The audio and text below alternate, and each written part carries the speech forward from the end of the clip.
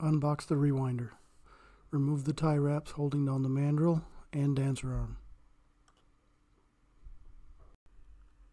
To install the guide plate, remove the thumb screws on the rewinder. Align the rewinder to the plate and install the thumb screws. Do not tighten the thumb screws at this time.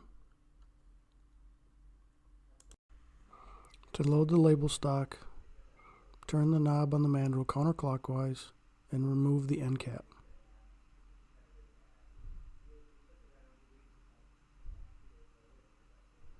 Install the roll of label material. Install the end cap and lock it into place. This is keyed and needs to be located in the correct position to be installed. Turn the knob clockwise until you hear a clicking noise.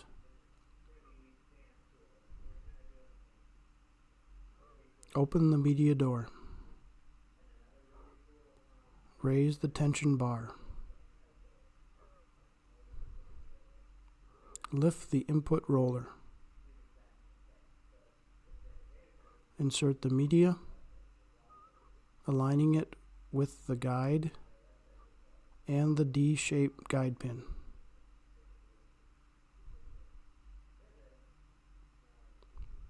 Lower the input roller and lower the tension bar. Adjust the media guide to the edge of the label stock. Close the media door. The printer will apply tension to the roll.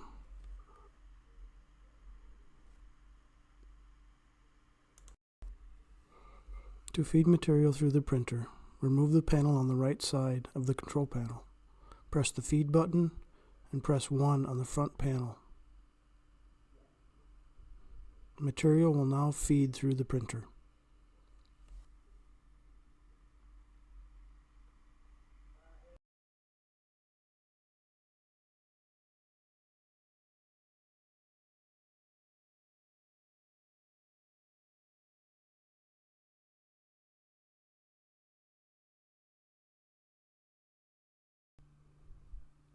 With an empty core on the rewinder mandrel, attach the stock to the core.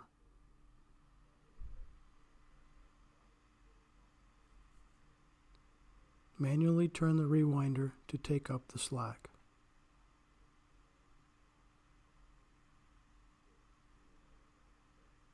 Adjust the rewinder position, if necessary, to align the stock to the printer. Power on the rewinder.